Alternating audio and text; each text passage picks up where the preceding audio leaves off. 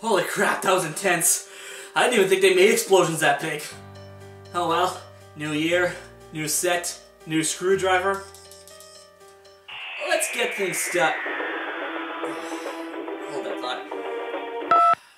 Hello? Happy New Year, critic. It's you. Hey, I put a lot of work into this evil plan, and you will play along with me. Oh, pardon me. Oh no, you bastard. How dare you force me to sit... Now, can I just do the bloody review? Wow, really?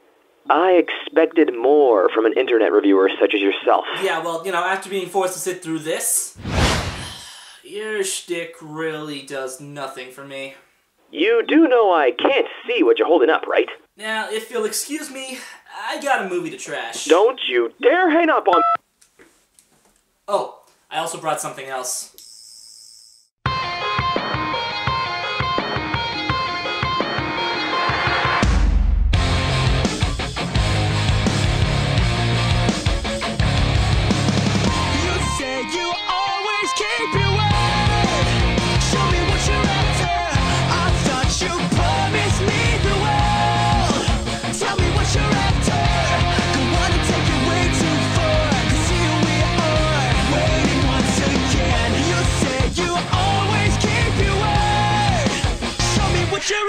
Just a little faster.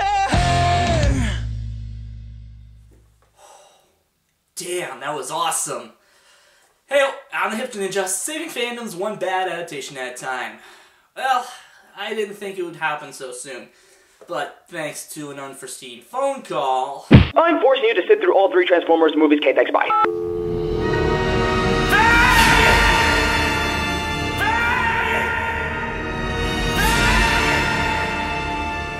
I'm being forced to look at all 3 of Michael Bay's Transformers movies, and I gotta say, these hurt to watch.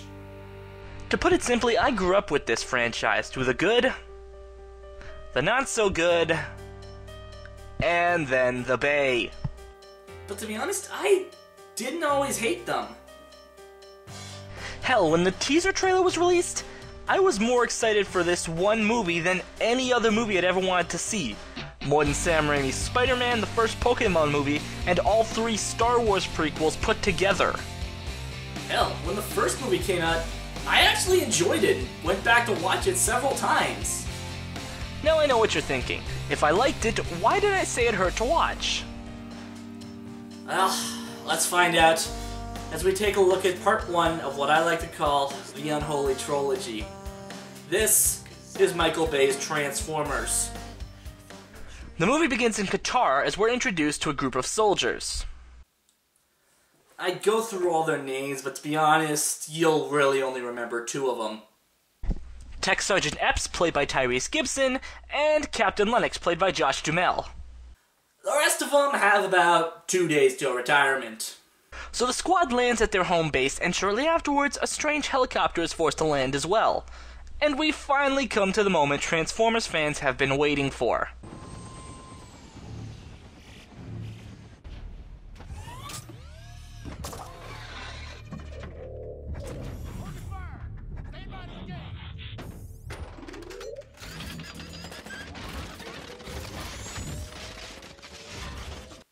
The hell?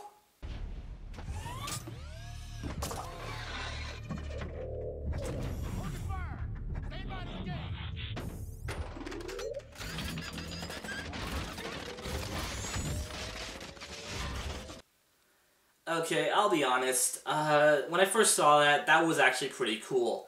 But I look at it now, and it really just looks unnecessarily complicated. I mean, could you imagine if the toys worked like that?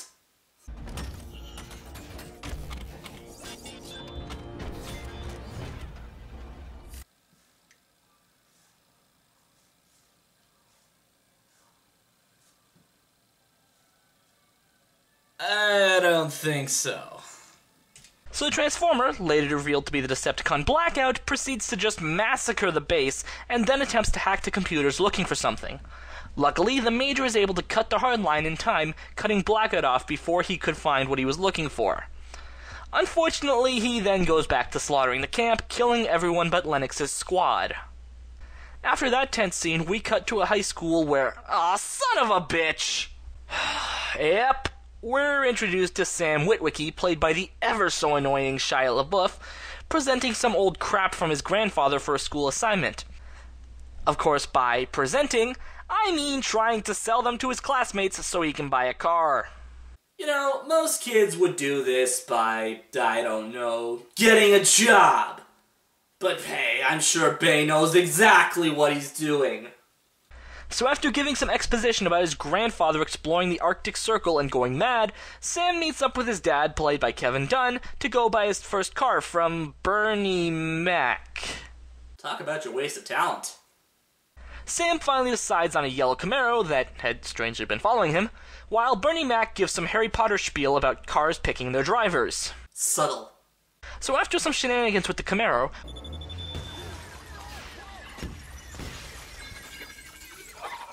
we cut to Washington, D.C., where Defense Secretary Keller, played by John Voight, is briefing a group of technical analysts about the attack in Qatar and how he wants them to find out what Blackout was after.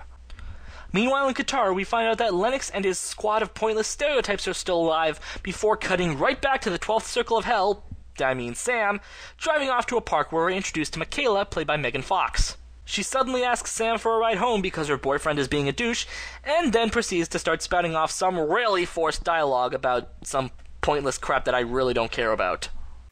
You know, for a movie that's supposed to be called Transformers, we've really only been shown a Transformer. I mean...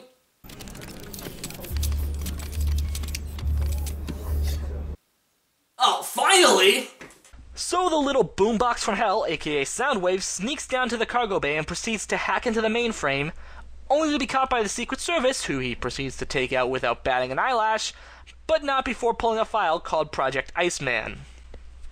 After Air Force One is forced to land, Soundwave sneaks into a nearby police car, obviously another Decepticon barricade, and it's revealed that Project Iceman has something to do with Sam, whose great-great-grandfather was on that expedition.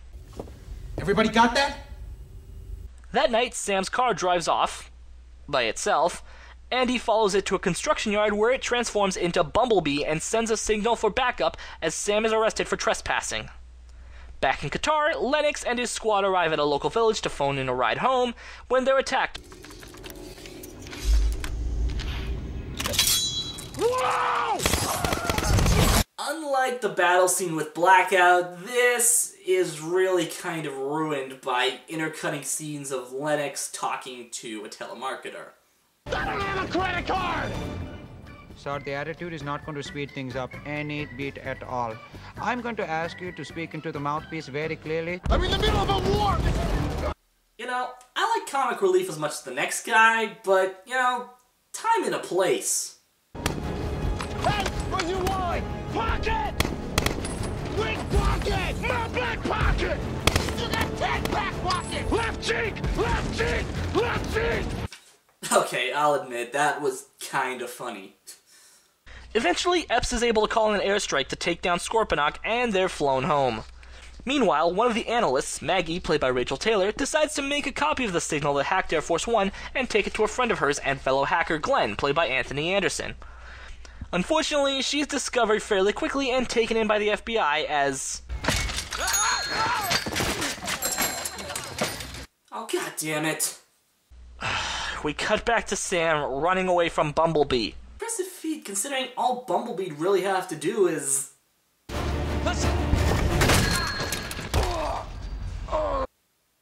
Well, yeah, that! Barricade transforms and demands Sam give up his grandfather's glasses and is actually about to kill him and Michaela. Who decided to follow Sam because, I don't know, the script said so. But they are both, unfortunately, saved by Bumblebee. Sam, what is that thing? You have to get in the car. Get in the car. Odd choice of words, considering about an hour ago he called his car Satan's Camaro. Long story short, Bumblebee takes out Barricade, scans a newer-looking Camaro. Not quite sure how Sam ever got around to explaining that one to his dad. And drives off with Sam and Michaela, but not before Soundwave disguises himself as her cell phone. Oh, and it's also revealed that Bumblebee can only speak through random pop culture references, most likely because it's easier to throw in about a half dozen easy references than writing actual comedy. Really? Really? Really? Really? Really? And yes, I am aware of the irony of that statement. It's at this point, almost an hour into the bloody movie, that we're finally introduced to the rest of the Autobots. Ratchet, Ironhide. What's cracking, little bitches? This looks like a cool place to kick it. Extremely racist Autobot. Okay, his name is supposed to be Chaz, but honest to God, the first time I watched the movie, I couldn't remember his name for the life of me, so I just called him Bitchin'. And Optimus Prime, who, in a shocking bit of awesomeness, is actually voiced by Peter Cullen, who voiced him in the original. Alright, you get props for that one. So after Optimus gives us a massive exposition dump about the importance of the glasses, and how they can help find this Deus Ex Machina called the All-Spark, the team sets off for Sam's house for some really annoying bits with Sam's mother, played by Julie White, that I'm going to skip for the sake of my sanity. You're ruining my youth, okay? For Pete's sakes, you are so defensive. Were you masturbating? I said we're skipping it! After he finds the glasses, Sam and his family are taken in by Agent Simmons, played by John Turturro, and his assistant, played by... I think direct contact.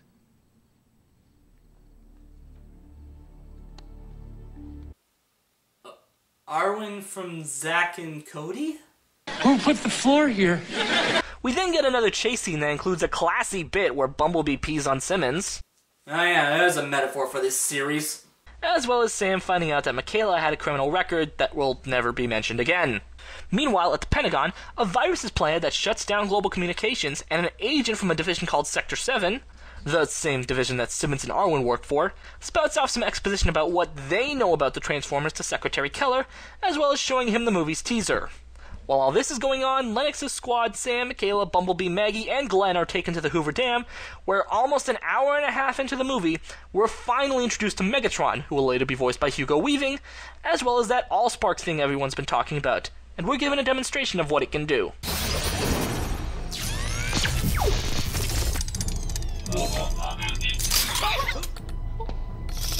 While all this is going on, Soundwave finds the cube, contacts the Decepticons, and defrosts Megatron. Because of this, Lennox decides to escort Bumblebee, Sam, Michaela, and the cube to the nearby Mission City, meeting up with the rest of the Autobots on the way there. We get a quick little battle between Optimus and a Decepticon named Bone Crusher, but that just serves to quickly show off Optimus's badassness before continuing to the city. Oh, yeah, apparently Optimus loves him some Assassin's Creed.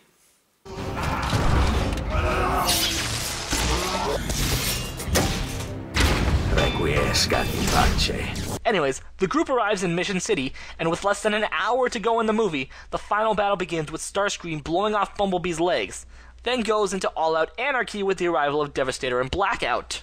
Okay, I gotta admit, I honestly think the chaotic shooting style works here, and the smaller explosions really make this battle seem more palatable than the other two. Unfortunately, things take a turn for the worse when Megatron enters the fray and quickly, as well as unceremoniously, kills off, the useless racist Autobot. Oh no, not bitchin'. He had all of 3 lives that contributed precisely jack shit to the plot. Why? Devastated and overwhelmed by the thought of fighting off Blackout and his tank buddy Devastator alone, Lennox orders Sam to take the cube to the roof of a nearby building and signal a Blackhawk, Get to the chopper! which Megatron promptly destroys. Well, that plan was totally pointless! Megatron then turns his attention to Sam and tries to kill the little bugger off. But he's unfortunately saved by Optimus, as the battle Transformers fans have been waiting to see, again, is about to begin. Again. At the end of this day, one shall stand, one shall fall. But first, we cut to Lennox taking out Blackout and Devastator with the help of Bumblebee and the Air Force, while Starscream retreats so that he can be in the sequel. Alright, back to the good part. So the battle begins with Optimus getting the living crap beaten out of him, until he eventually begs Sam to merge the Allspark with his own spark, which would not only destroy him, but the cube. Surprisingly, Sam instead opts to do the smart thing and merge it with Megatron instead, destroying the threat and saving the day. Alright, admittedly that was a little disappointing, but when you think about it, it's pretty smart on the little bugger's part. So with all that said and done, we roll the epilogue. Optimus sends a message to his fellow Autobots, calling them to Earth. The military drops Megatron into the Laurentian Abyss. I'm sure he'll never be seen again. But weren't there sequels? Shut up, Cheetor! Sector 7 is forced to disband, Lennox meets his baby, Michaela and Sam make whoopee on top of Bumblebee, and they all live happily ever after. Okay, minus the obvious sequel begging. Alright, that's Transformers. How was it? The pacing is okay, the padding is somewhat minimal, and for the most part, Bay's decisions made sense. Very sporadic appearances of the Transformers for the first hour to build up the excitement, and focusing on the characters would act as their liaisons to the human race. Unfortunately, I didn't really like the liaisons we got, but I'll get more into that later. For the most part, the acting wasn't anything to write home about, with stand-up performances being from Peter Cullen as Optimus, Hugo Weaving as Megatron, and John Turturro as Simmons, all of which looked and sounded like they were at least trying to have fun with their roles. Hell, I'd even say that Lennox and Epps put in a solid performance too. My problem here is with the rest of the casting, specifically Shia LaBeouf as Sam Witwicky and Megan Fox as Michaela. As I mentioned in my top 12 most ball-gratingly annoying fictional characters, I really wouldn't have had much of a problem with Sam if he had more of a background comic relief role. As for Megan Fox, she just looked bored all the way through and really only served as eye candy to the guys in the audience. In terms of the soundtrack, it's really just kind of meh. It's really not that much to write home about, but to me, most of the songs included had nothing to do with the story it was telling, save for an awful rendition of the old-school theme song that wasn't even included in the movie itself. Even the lead single, What I've Done by Linkin Park, seemed like it was just kind of thrown in because Bass thought, hey, kids like Linkin Park, let's throw Linkin Park in here. Now before you guys start complaining, saying I'm anti-Transformers, let me clear a few things up. If you like this movie, that's fine. Everyone is allowed to have their own opinion. As for me, well, believe it or not, out of the three, this is probably the one I hate the least. So until next time, I'm the Hipster. Hold that thought. What? That didn't seem like a very angry review, critic. Oh, bite me. This movie isn't nearly stupid enough to get me angry. Oh, forgive me. But perhaps my next offering will rile you up plenty. Bring it. I can take anything you throw at me. I am directly below the enemy scrotum. You son of a bitch! What the? I'm out of battery time. Ah, son of a...